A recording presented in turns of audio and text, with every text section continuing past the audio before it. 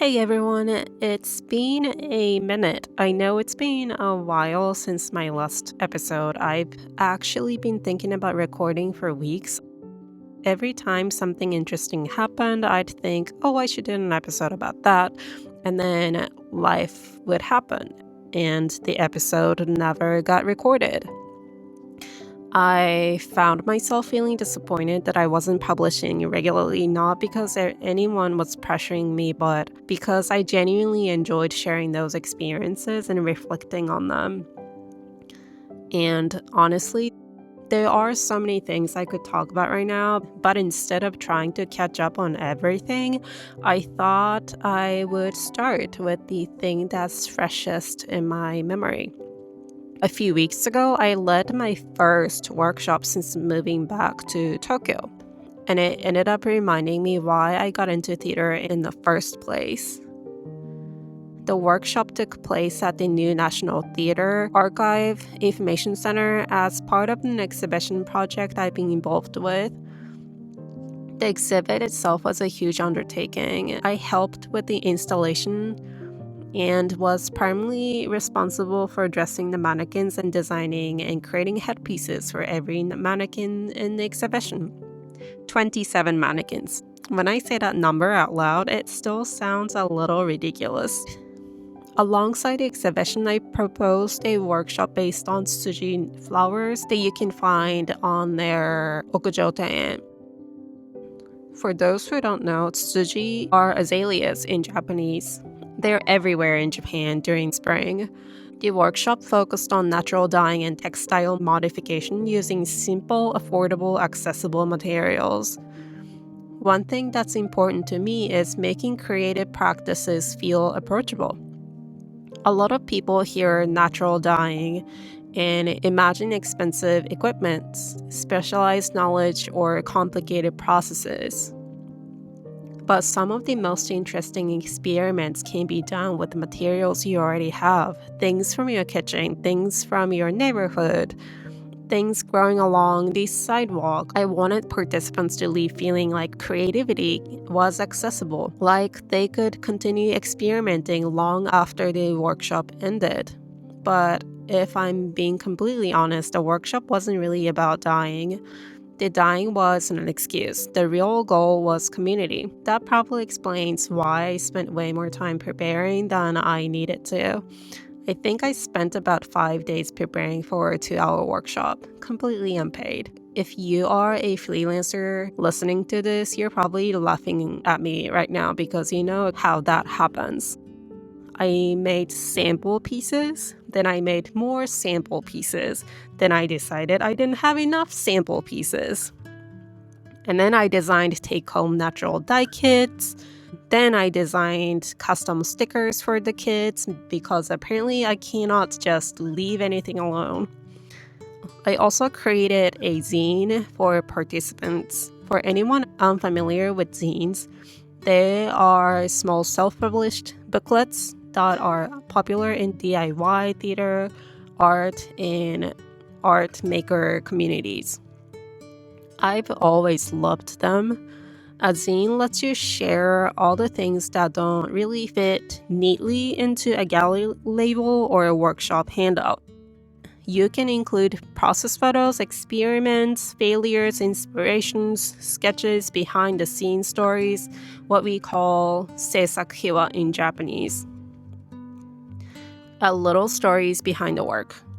The zine became a way to share not just techniques but context. I also designed the workshop activities very intentionally. Some projects were simple enough that complete beginners could succeed immediately. Others offered more challenges for people who already had sewing or textile experience. I wanted everyone to have an entry point. Not because I wanted everyone to make the same thing, actually the opposite. I wanted everyone to find their own way into the process. Then the workshop day arrived, and honestly, the room was exactly what I expected. People walked in, sat down, and acted like they were the only person at the table. You know that feeling? Everyone is perfectly polite, perfectly respectful, perfectly quiet. People are sharing a table, but somehow still existing in separate worlds. It's a very familiar atmosphere in Japan. Nobody is being unfriendly. They're just waiting, observing, trying not to impose. As I looked around the room, I started thinking about all the years I spent working in theater in the States. And I realized something. Community doesn't magically appear. You have to design for it.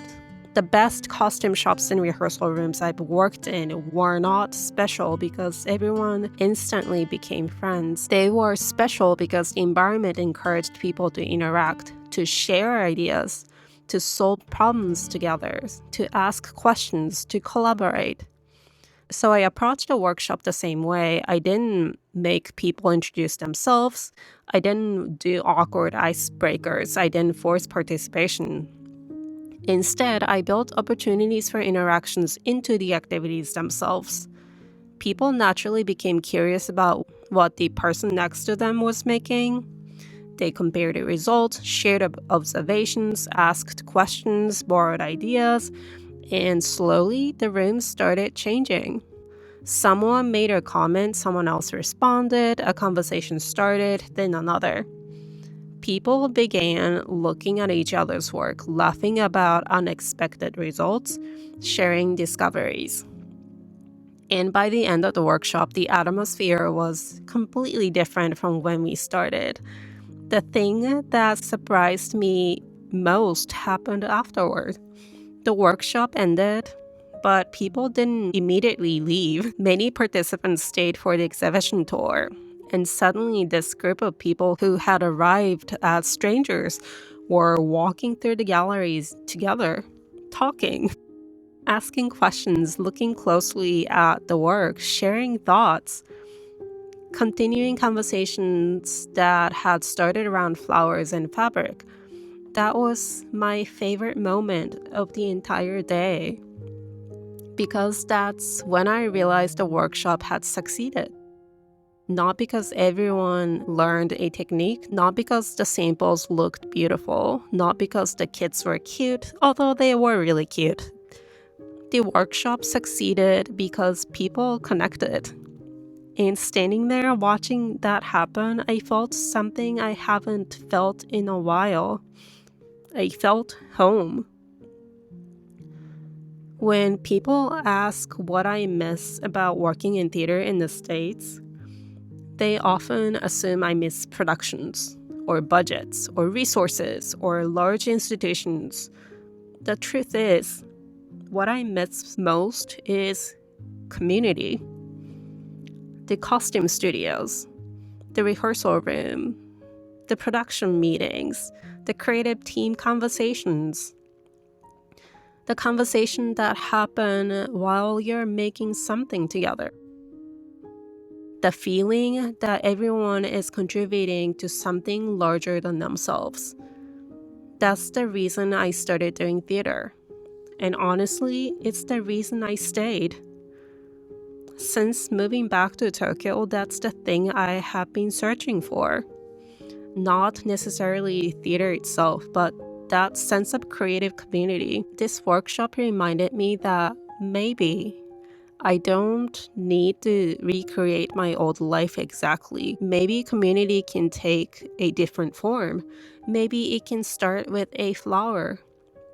Maybe it can start with a piece of fabric.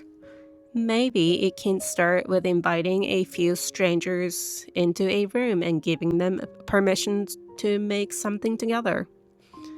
And on a personal level, this project reminded me of something else. This past year, since moving back to Japan, has been difficult. It's been recovering from a period of intense overwork and burnout. That's probably a whole separate podcast episode, but for a while, creativity felt heavy. This workshop felt different. It was small, it was manageable, it was joyful, making samples, designing stickers, writing the zine, putting together kits for the first time in a long time. I felt excited by small creative tasks again.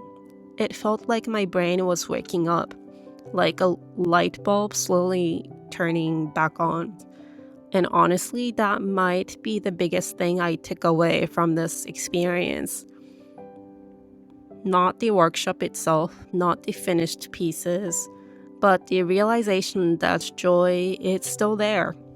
The curiosity is still there. The desire to make things is still there. Sometimes it just needs a small project to bring it back. So that's the story of my first workshop back in Japan. A workshop about azalea flowers natural dyeing, textile modification, and community. And maybe, in some ways, finding my way back to myself. Thanks for listening. It's good to be back, and I'll talk to you again hopefully soon. Take care.